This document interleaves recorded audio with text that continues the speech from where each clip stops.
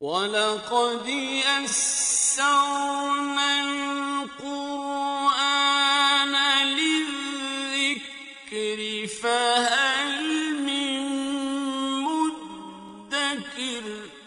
اور ہم نے قرآن کو سمجھنے کے لیے آسان کر دیا، تو کوئی ہے جو سوچے سمجھے۔ صوت القرآن، قرآن کی آواز۔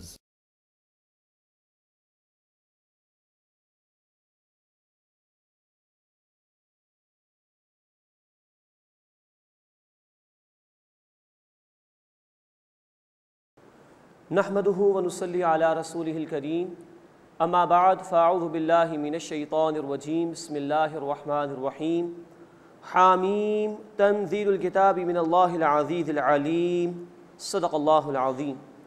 سورۃ المؤمن کا ہم آغاز کر رہے ہیں۔ سورہ الزمر کے بعد اب یہ ایک اور سورت ہے جس میں توحید عملی کے تقاضوں کو اللہ تعالیٰ نے بیان فرمایا ہے۔ سورہ زمر میں ذکر آیا تھا کہ عبادت صرف اللہ کی ہوگی، بندگی کو اسی کے لیے خالص کیا جائے، اطاعت اسی کی جائے۔ سورۃ المؤمن میں انشاءاللہ ہم دیکھیں گے کہ دعا کا ذکر آئے گا بار بار، کہ دعا صرف اللہ سے مانگی جائے۔ یہ توحید کا عملی تقاضا ہے کہ بندہ اپنی تمام تر توقعات اللہ سے وابستہ کرے۔ سورہ المؤمن سے لے کے سورۃ الاحقاف تک یہ 7 صورتیں ہیں جن کا آغاز حامیم کے حروف سے ہوتا ہے، اور ان میں اللہ تعالیٰ کی توحید کے حوالے سے بھی گفتگو بیان ہوئی ہے۔ پہلے رکوع میں انشاءاللہ ہم دیکھیں گے کہ اللہ تعالیٰ کی صفات کا بیان ہے، بڑا پرجلال انداز اللہ تعالیٰ نے اس مقام پر اختیار کیا ہے۔ نافرمانوں کے لیے ڈراوے سنائے گئے ہیں عذاب کے حوالے سے، اور نیک لوگوں کے لیے فرشتوں کی دعاؤں کا ذکر کیا گیا ہے، اور ان کا عمدہ انجام اللہ تعالیٰ نے بیان فرمایا ہے۔ حامیم یہ حروف مقطعات ہیں، ان کے اصل معنی اللہ ہی کے علم میں ہے۔ تنزیل الکتاب من اللہ العزیز العلیم، اس قرآن کا اتارا جانا ہے اللہ کی طرف سے جو زبردست ہے، خوب علم رکھنے والا ہے۔ غافر الذنب، گناہوں کو بخشنے والا۔ اسی لفظ سے اس سورہ مبارکہ کا ایک اور نام سورۃ الغافر بھی بیان کیا گیا ہے۔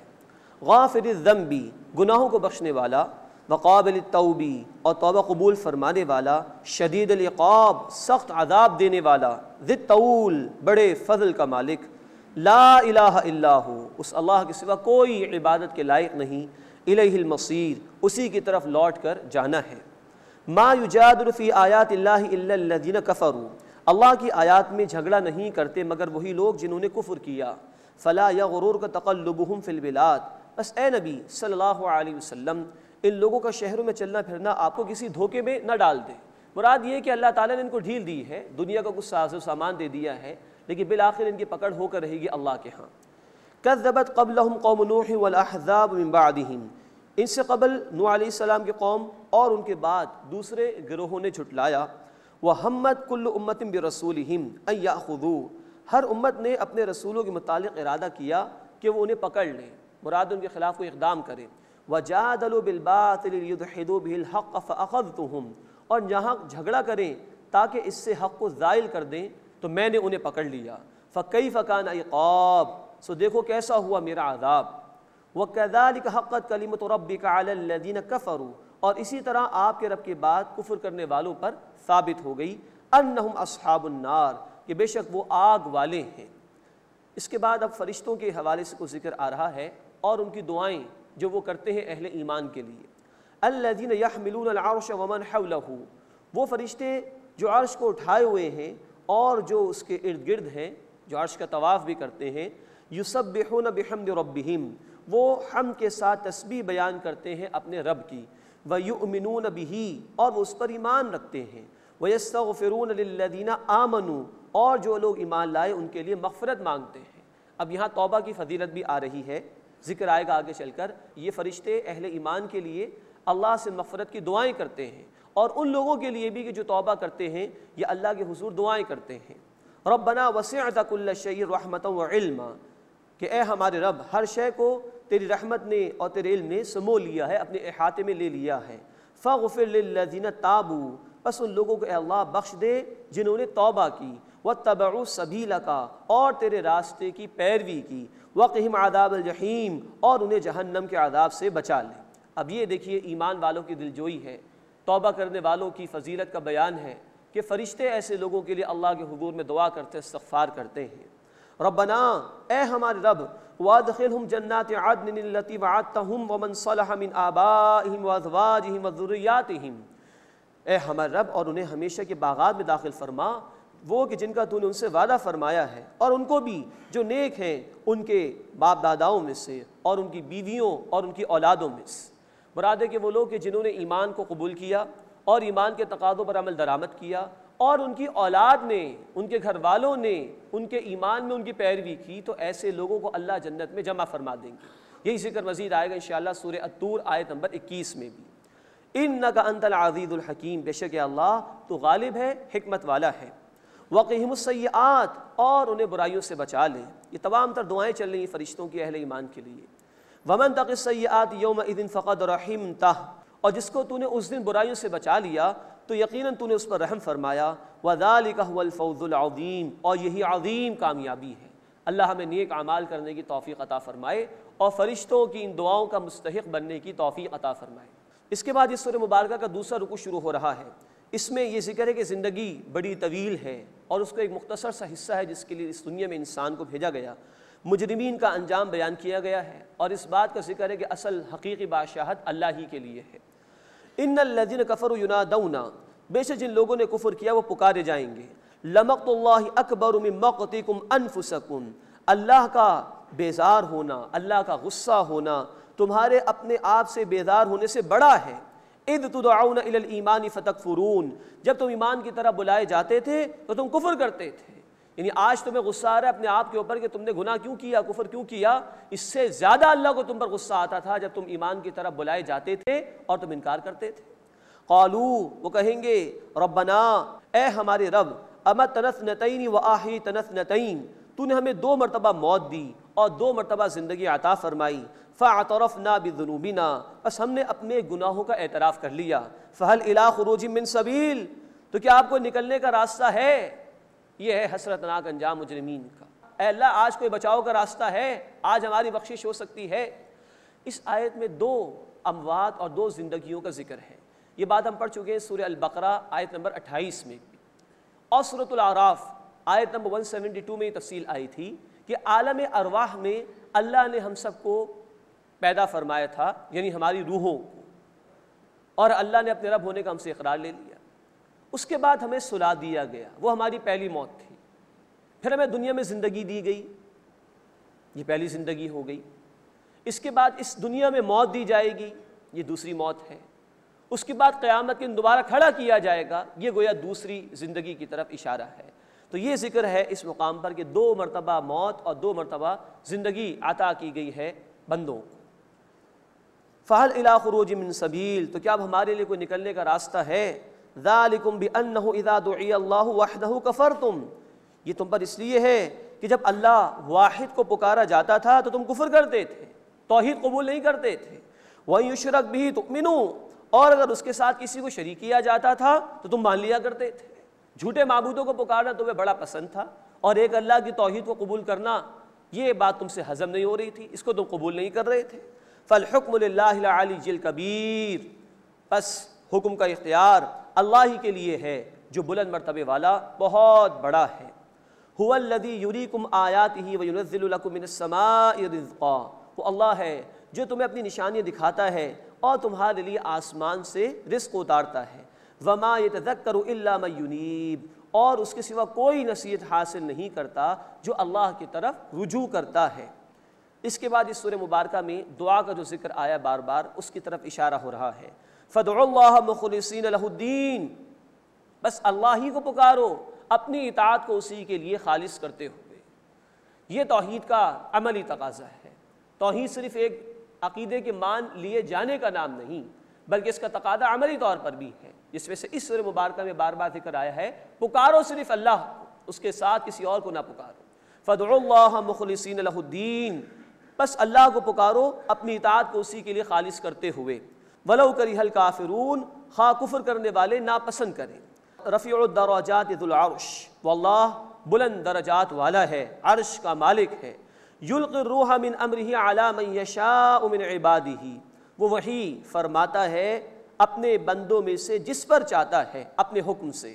لیُنذِرَ یوم الطلاق، تاکہ وہ قیامت کے دن سے خبردار کرے، اس دن کی ملاقات سے خبردار کرے۔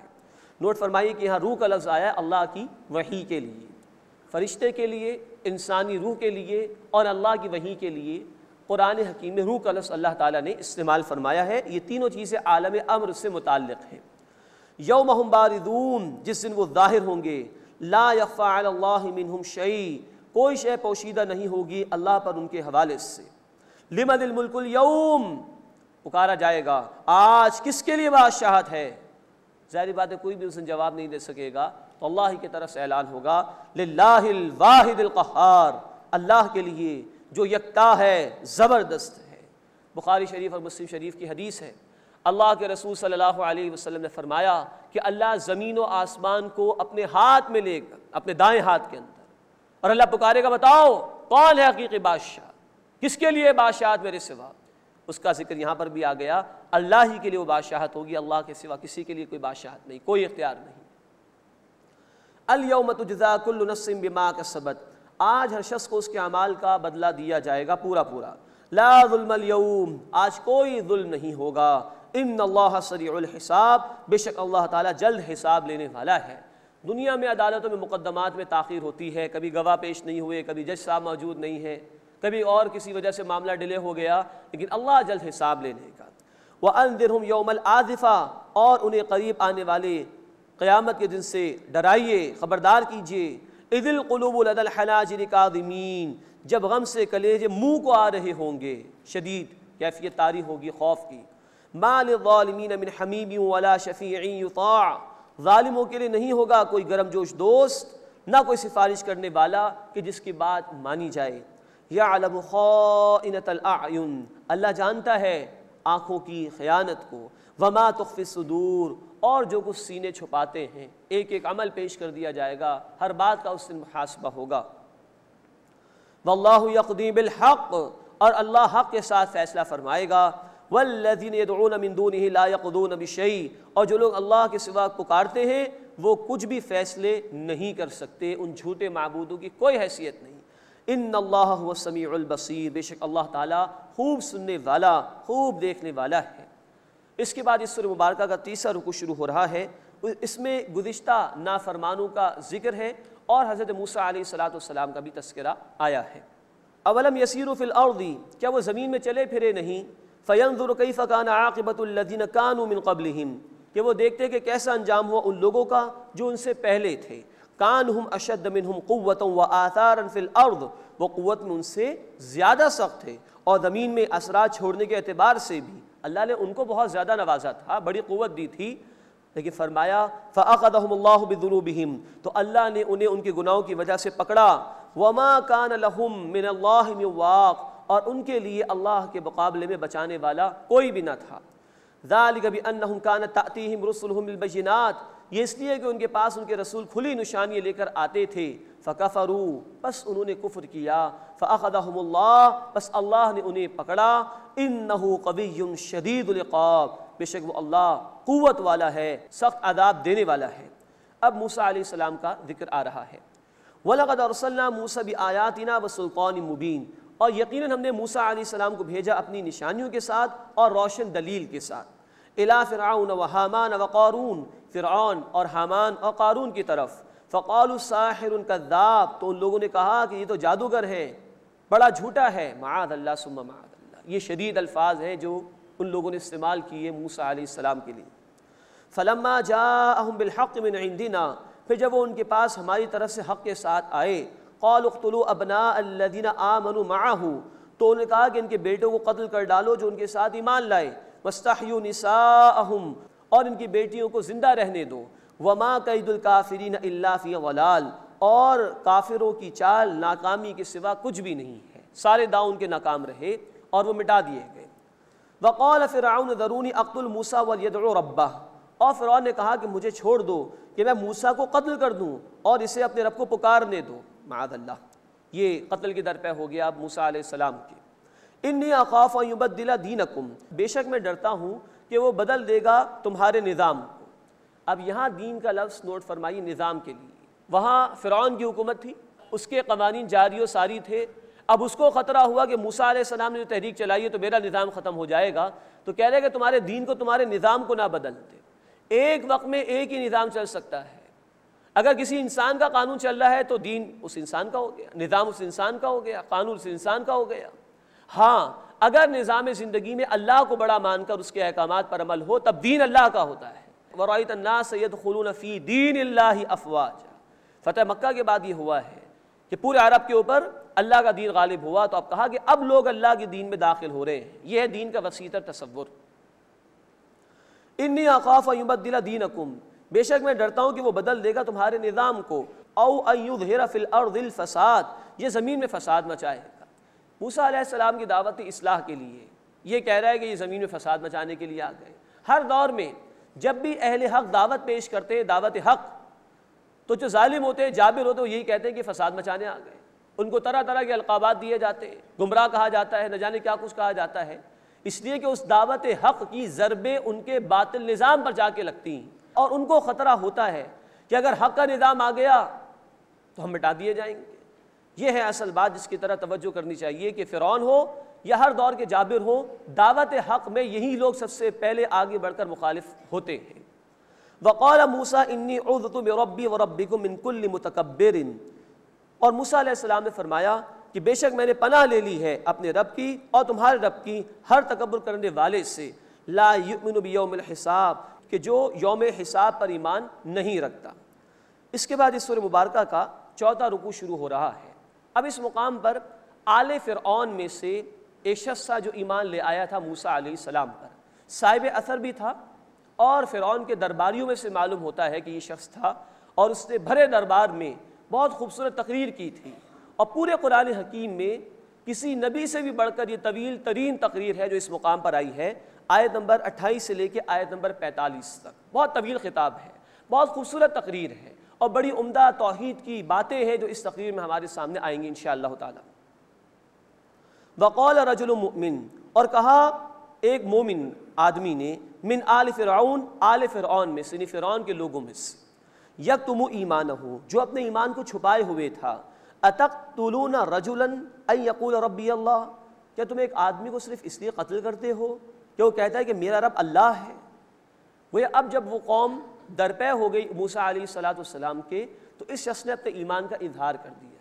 مزید یہ بات نوٹ فرمائیے کہ نبی کریم صلی اللہ علیہ وسلم کے خلاف بھی ہو گئے تھے مشرکین مکہ، تو گویا ان سے بھی خطاب ہو رہا ہے، ایک شخص کے خلاف تم اس لیے ہو رہے ہو کہ وہ ایک اللہ کو اپنا رب قرار دیتا ہے، اس بنیاد پر اس کی مخالفت کر رہے ہو۔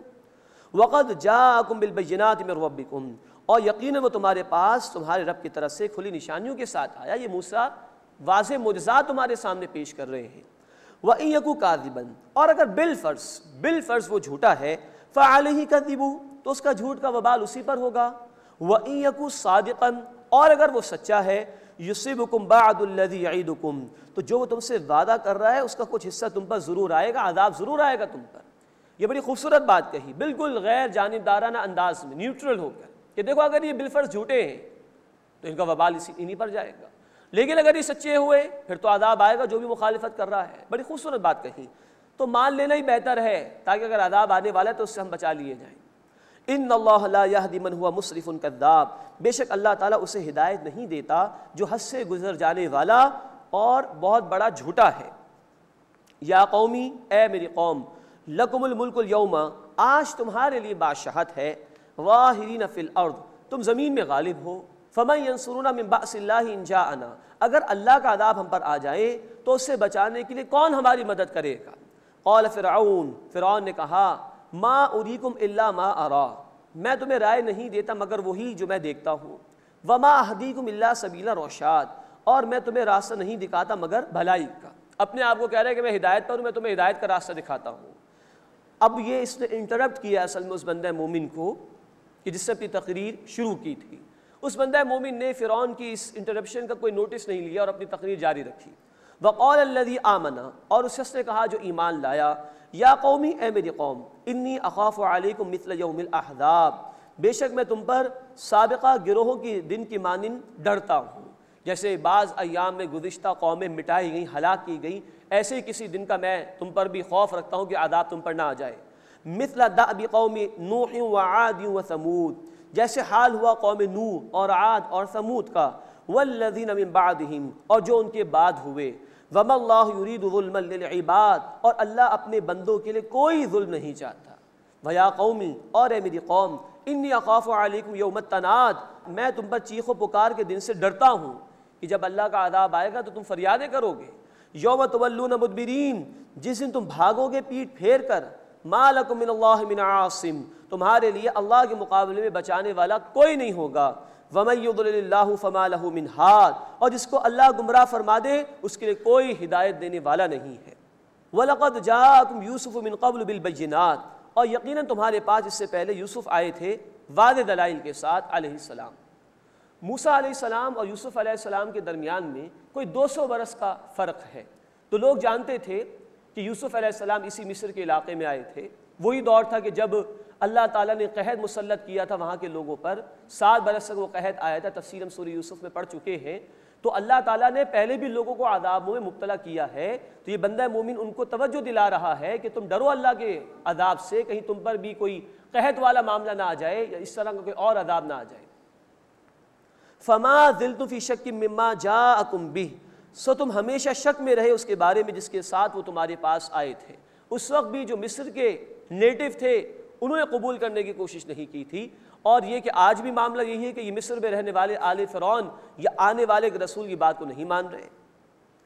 فما زلتم فی شک مما جاءکم بہ، سو تم ہمیشہ شک میں رہے اس بارے میں جس کے ساتھ وہ تمہارے پاس آئے، یعنی کہ روشن نشانیاں، حتی اذا ہلکا، یہاں تک کہ جب وہ فوت ہو گئے، قلتم، تو تم نے کہا، لن یبعث اللہ من بعدہ رسولا، اللہ ان کے بعد کوئی رسول ہرگز نہیں بھیجے گا، کذالک یضل اللہ من هو مسرف مرتاب، اسی طرح اللہ گمراہ فرماتا ہے اسے جو حد سے گزرنے والا ہے، شک میں رہنے والا ہے، یعنی انہوں نے گزشتہ لوگوں کے انجام سے کوئی عبرت حاصل نہیں کی اور اب بھی ایک رسول کا انکار ہی کر رہے ہیں۔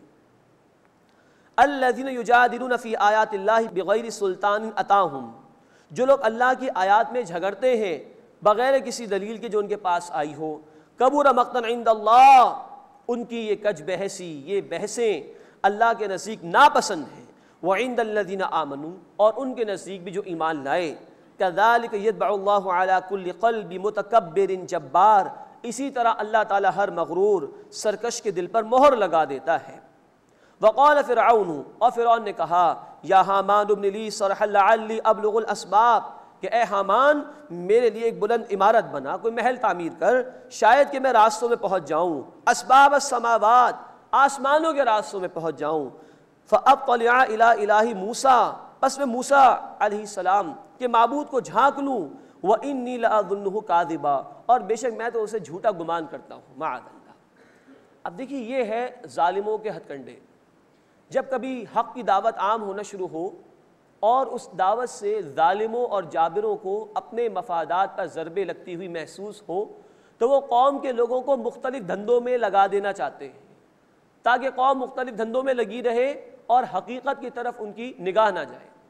خواب سے بیدار ہوتا ہے ذرا محکوم اگر، پھر سلا دیتی ہے اس کو حکمراں کی ساحری۔ یہ ہر دور کے جابروں کا معاملہ رہا۔ آج بھی دیکھیے وہ حکمران جو اپنے اپنے ملکوں میں عوام پر ظلم کرتے ہیں، کبھی اسپورٹس میں لگا دیتے ہیں قوم کو، کبھی میڈیا کے چینلز میں لگا دیا جاتا ہے، کبھی قیمتوں میں اضافہ کر کے لوگوں کو جو ہے پریشان کیا جاتا ہے تاکہ وہ اسی مسئلے کے اندر غور و فکر کریں، کبھی تعصبات کو ہوا دے کر آپس میں لڑائی جھگڑے پر مجبور کیا جاتا ہے تاکہ جو ظلم ان پر مسلط ہو رہا ہے اس کی طرح توجہ نہ رہے۔ یہ ہر دور کے ظالم کا طریقہ کار رہا، جیسے کہ فرعون کا بھی معاملہ تھا۔ تو اس نے اس تقریر کو انٹرپٹ بھی کیا اور لوگوں کی توجہ ہٹانے کے لیے کہا کہ ذرا حامان میرے لیے کوئی سیڑھی بنا دے، کوئی محل عمارت بنا دے، میں آسمان میں جھانک کر دیکھوں موسیٰ کا رب ہے بھی کہ نہیں، معاذ اللہ۔ اور کہنے لگا میں تو گمان کرتا ہوں کہ موسیٰ جھوٹا ہے، معاذ اللہ ثم معاذ اللہ۔ وَكَذَلِكَ زُيِّنَ لِفِرْعَوْنَ سُوءُ عَمَلِهِ، اور اسی طرح فرعون کی بدعملی اس کو خوشنما کر کے دکھا دی گئی۔ پھر یہ ظالم اپنے ظلم میں مگن ہی رہتے اور سمجھتے کہ بہت اچھے جا رہے ہیں۔ وَصُدَّ عَنِ السَّبِيلِ، اور روک دیا گیا وہ سیدھے راستے سے۔ وَمَا كَيْدُ فِرْعَوْنَ إِلَّا فِي تَبَابٍ، اور فرعون کی چال صرف تباہی ہی میں تھی، اس کا انجام تباہی کے سوا کچھ بھی نہیں ہوا۔ اب اس سورہ مبارکہ کا 5واں رکوع شروع ہو رہا ہے، اس میں اس بندے مومن کی تقریر کا پھر ذکر آ رہا ہے، وہ تقریر جاری ہے، اور آل فرعون کو عذاب دیا گیا اس کا ذکر ہے، اور اہل جہنم کا بھی تذکرہ اللہ تعالیٰ نے فرمایا ہے۔ وقال الذی آمنا، اور جو شخص ایمان لایا اس نے کہا، یا قوم اتبعونی اہدکم سبیل الرشاد، اے میری قوم تم میری پیروی کرو کہ میں تمہیں بھلائی کا راستہ دکھا دوں۔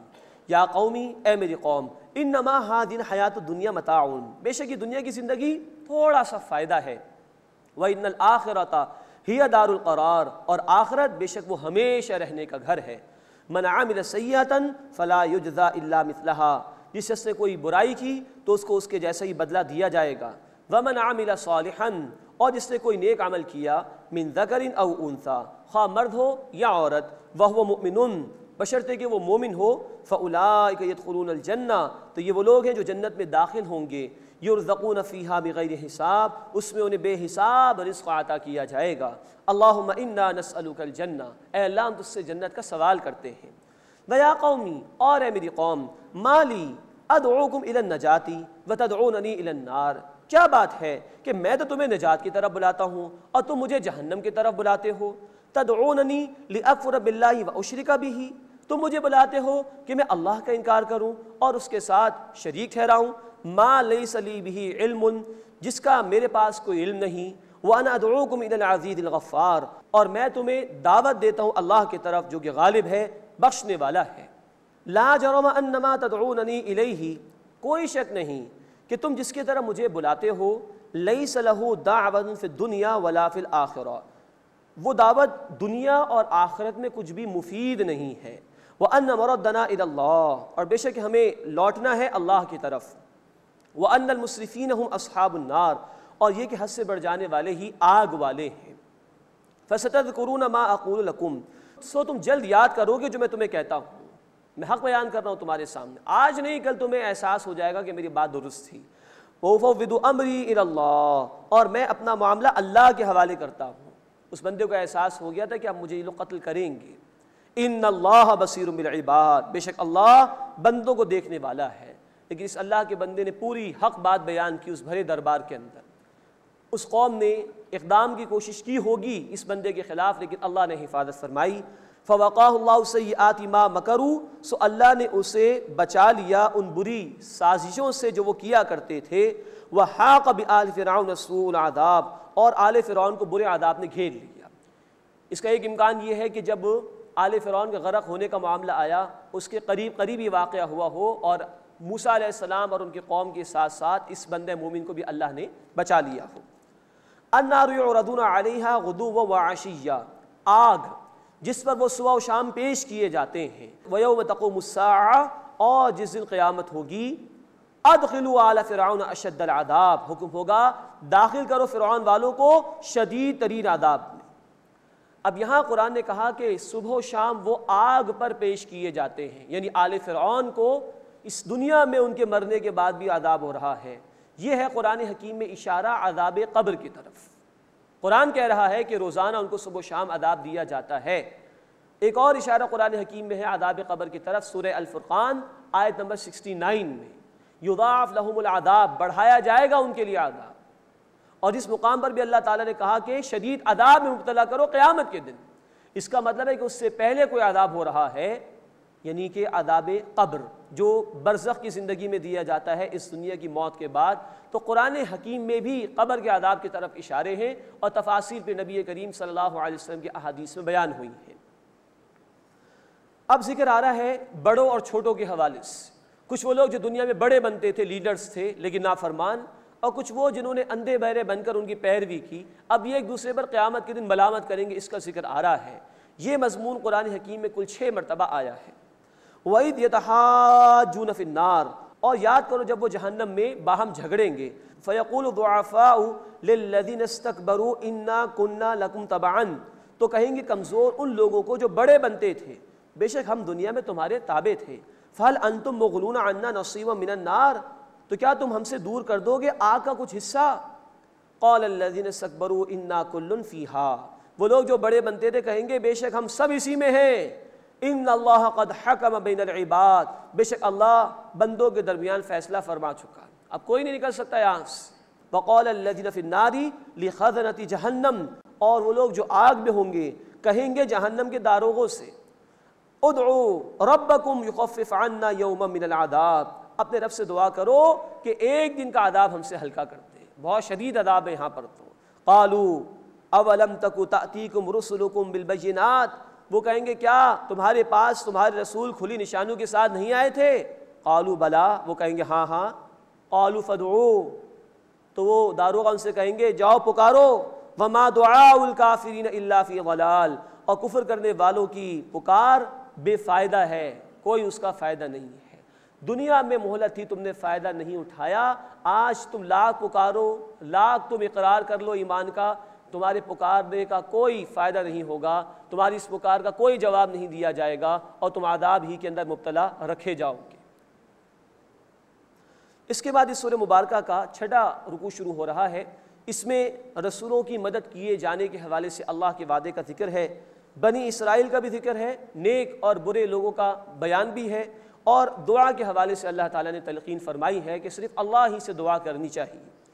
اِنَّا لَنَنصُرُ رُسُلَنَا وَالَّذِينَ آمَنُوا فِي الْحَيَاةِ الدُّنْيَا، بے شک ہم ضرور مدد کرتے ہیں اپنے رسولوں کی اور ان لوگوں کی جو ایمان لائے دنیا کی زندگی میں، وَيَوْمَ يَقُومُ الْأَشْهَادُ، اور اس دن بھی جس دن گواہی دینے والے کھڑے ہوں گے، انبیاء بھی گواہی دیں گے، انسانوں کے اعداء بھی گواہی دیں گے، اس دن بھی اللہ اپنے رسولوں اور اہل ایمان کی مدد فرمائیں گے، اور دنیا میں بھی اللہ تعالیٰ رسولوں اور اہل ایمان کی مدد فرماتے ہیں۔ یوم لا ينفع الظالمین معذرتهم، جس دن ظالموں کو ان کی معذرت نفع نہیں دے گی، وَلَهُمُ اللَّعْنَةُ، اور ان کے لیے لعنت ہوگی، وَلَهُمْ سُوءُ الدَّارِ، اور ان کے لیے برا گھر ہوگا۔ وَلَقَدْ آتَيْنَا مُوسَى الْهُدَىٰ، اور یقیناً ہم نے موسیٰ علیہ السلام کو ہدایت عطا فرمائی، یعنی تورات بطور کتاب کے عطا کی گئی۔ وَأَوْرَثْنَا بَنِي إِسْرَائِيلَ الْكِتَابَ، اور ہم نے بنی اسرائیل کو کتاب کا وارث بنا دیا، یعنی تورات کا۔ هُدًى وَذِكْرَىٰ لِأُولِي الْأَلْبَابِ، ہدایت اور نصیحت ہے عقل مندوں کے لیے۔ فاصبر، بس اے نبی صلی اللہ علیہ وسلم صبر کیجئے، ان وعد اللہ حق، بے شک اللہ کا وعدہ سچا ہے۔ واستغفر لذنبک، اور آپ اپنی خطاؤں کے لیے بخشش مانگیے۔ وسبح بحمد ربک، اور اپنے رب کی حمد کے ساتھ تسبیح بیان کیجئے، بالعشی والابکار، شام اور صبح کے اوقات میں۔ یہاں نبی صلی اللہ علیہ وسلم کو استغفار کی تلقین کی گئی ہے۔ اس بات کو سمجھنا بہت ضروری ہے کہ انبیاء علیہم السلام گناہوں سے پاک ہوتے تھے اور اللہ تعالیٰ کی خاص نگرانی میں ہوتے تھے۔ اگر کسی مرحلے پر اللہ تعالیٰ نے ان کے کسی عمل پر توجہ دلائی بھی ہے تو ان کے مقام بلند کے اعتبار سے کہ انبیاء کو ہر حال میں بہترین ہی راستے کو اختیار کرنا چاہیے، تو اللہ نے کہیں کہیں قرآن حکیم میں توجہ بھی دلائی۔ مزید اس بات کو نوٹ فرمائیے، عام آدمی گناہ کرتا ہے تو اس میں نفسانیت کو دخل ہوتا ہے۔ انبیاء سے اگر کبھی کوئی اجتہادی خطا ہو بھی گئی، جیسے کہ یونس علیہ السلام کا واقعہ ہم نے پڑھا، اللہ کے واضح حکم آنے سے پہلے وہ جل چلے گئے تھے، تو اگر انبیاء علیہ السلام سے کوئی اجتہادی خطا ہوتی بھی ہے تو اس میں خیر ہی کا پہلو ہوتا ہے، عام انسانوں کی طرح اس میں شر کو دخل نہیں ہوتا۔ اسی طرح انبیاء علیہ السلام اپنے مقام بلند کے اعتبار سے بعض اوقات محسوس کرتے ہیں کہ اللہ سے تعلق میں کچھ کمی آ گئی ہے، تو وہ اپنے مقام بلند کے اعتبار سے اس تعلق کی کمی کو اپنے لیے خطا سمجھتے ہیں تو استغفار کرتے ہیں۔ اور پھر اللہ تعالیٰ اس طرح کے بیان کے ذریعے سے امت کو تلقین کر رہا ہے کہ رسول صلی اللہ علیہ وسلم تو معصوم ہیں، ان سے تو گناہ کا تصور بھی نہیں تم نہیں کر سکتے، جب وہ بخشش کر رہے ہیں تو تمہیں اپنے گناہوں پر کتنی بخشش مانگنی چاہیے اللہ تعالیٰ سے۔ یہ امت کے لیے ہدایت ہے اصل میں۔ ان الذین یجادلون فی آیات اللہ بغیر سلطان اتاہم، بے شک جو لوگ اللہ کی آیات میں جھگڑتے ہیں بغیر کسی سند کے جو ان کے پاس آئی ہو، جھگڑنے سے مراد ہے کہ اللہ کی آیات کا انکار کرنا، طرح طرح کے معنی اس میں سے نکالنا، من چاہی تعویلات اس میں کر لینا۔ ان فی صدورہم الا کبر ما ہم ببالغی، ان کے دلوں میں تکبر کے سوا کچھ نہیں ہے جس تک وہ کبھی بھی پہنچنے والے نہیں ہیں۔ بڑائی تو کل اللہ کے لیے ہے، المتکبر تو اللہ ہے۔ فاستعذ باللہ، بس اے نبی صلی اللہ علیہ وسلم آپ اللہ کی پناہ میں آئیے۔ مراد یہ ہے کہ ان کی مخالفتوں سے بچنے کے لیے اللہ کی پناہ حاصل کرنے کی کوشش کیجئے۔ انہ هو السمیع البصیر، بے شک وہ اللہ خوب سننے والا، خوب دیکھنے والا ہے۔ لخلق السماوات والارض اکبر من خلق الناس، یقیناً آسمانوں کا اور زمین کا پیدا کرنا انسانوں کے پیدا کرنے سے زیادہ بڑی بات ہے۔ ولکن اکثر الناس لا يعلمون، لیکن اکثر لوگ علم نہیں رکھتے۔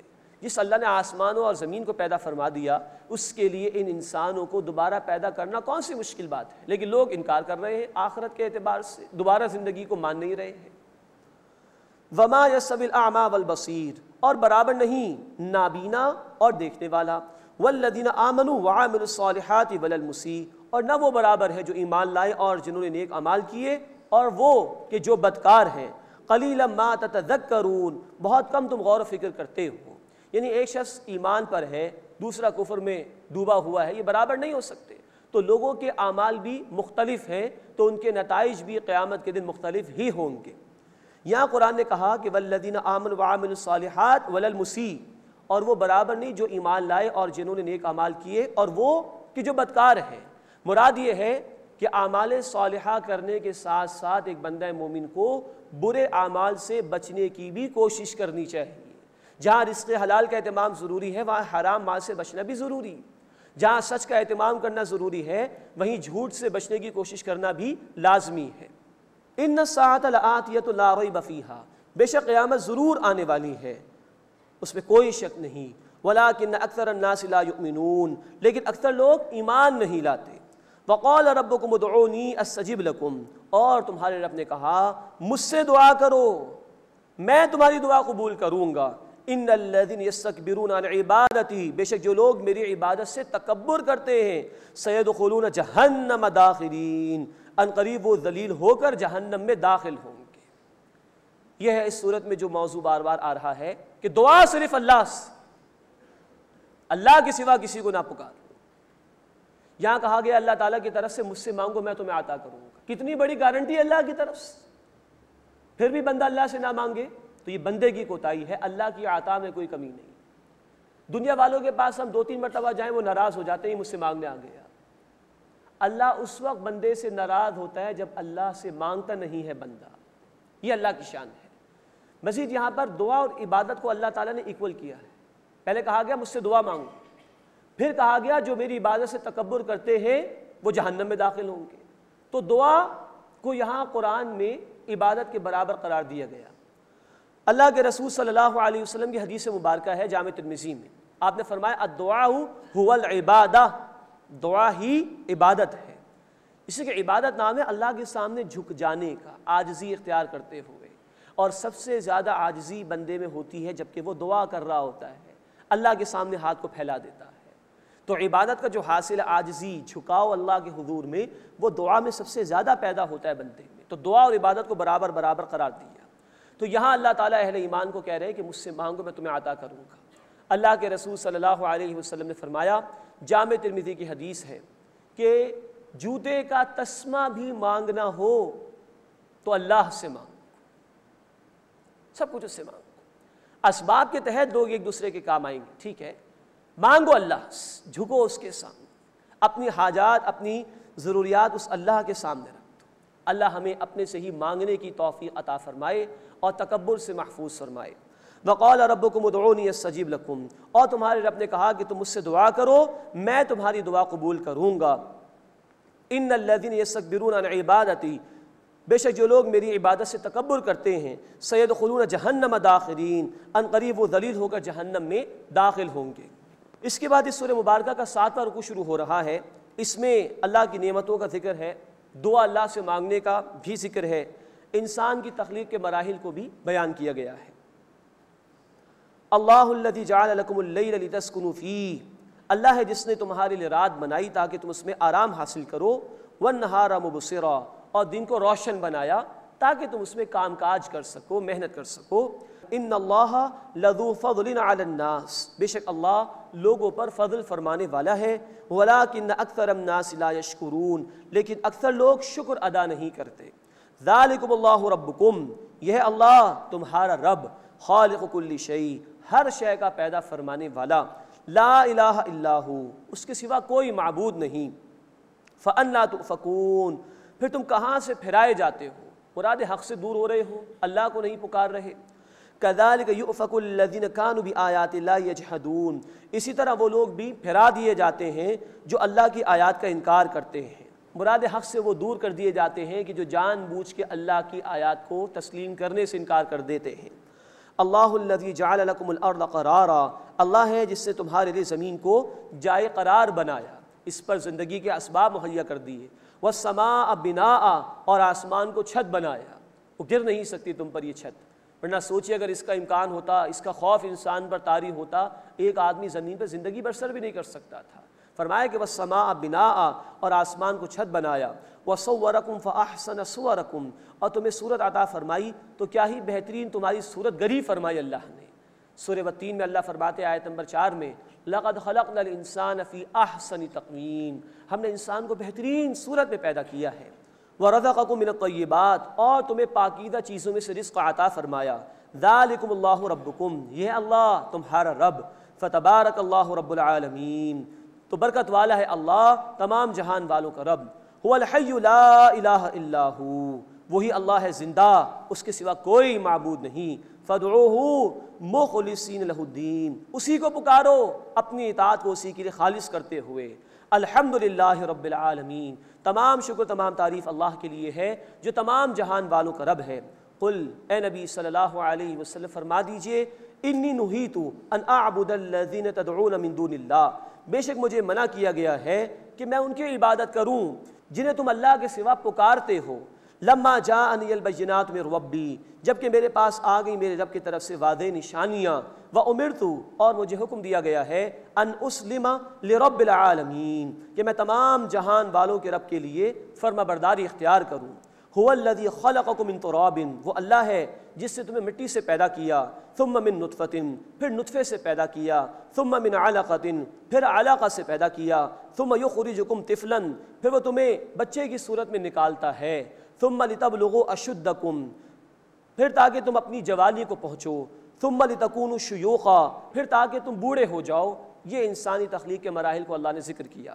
وَمِنْكُمْ مَن يُتَوَفَّى مِن قبل، اور تم میں سے کوئی ہے جسے وفات دے دی جاتی ہے اس سے قبل، وَلِتَبْلُغُوا أَجَلًا مُّسَمًّى، اور تاکہ تم سب اپنے اپنے وقت مقررہ تک پہنچ جاؤ، جو اللہ نے جس کی مدت طے کی وہ اس کو پورا کرے گا، چاہے جوانی تک اس کی زندگی ہو یا بڑھاپے تک ہو، وَلَعَلَّكُمْ تَعْقِلُونَ، اور تاکہ تم عقل سے کام لو۔ جو اللہ اس سب پر قادر ہے کہ یہ زندگی تمہیں عطا فرمائے، ان تمام مراحل سے گزارے، وہی تمہیں دوبارہ پیدا فرمائے گا قیامت کے دن۔ هو الذی یحیی ویمیت، وہی اللہ ہے جو زندگی عطا فرماتا ہے اور وہی موت دیتا ہے۔ فَإِذَا قَضَىٰ أَمْرًا، پھر جب وہ کسی کام کا فیصلہ کرتا ہے، فَإِنَّمَا يَقُولُ لَهُ كُن، تو اللہ اسے کہتا ہے کہ ہو جا، فَيَكُون، اور وہ کام ہو جاتا ہے۔ اللہ اتنا قادر ہے۔ اللہ اپنی آیات کا ہمیں فہم عطا فرمائے اور ان کے تقاضوں پر عمل کی توفیق عطا فرمائے۔ آمین یا رب العالمین، وآخر دعوانا ان الحمد للہ رب العالمین۔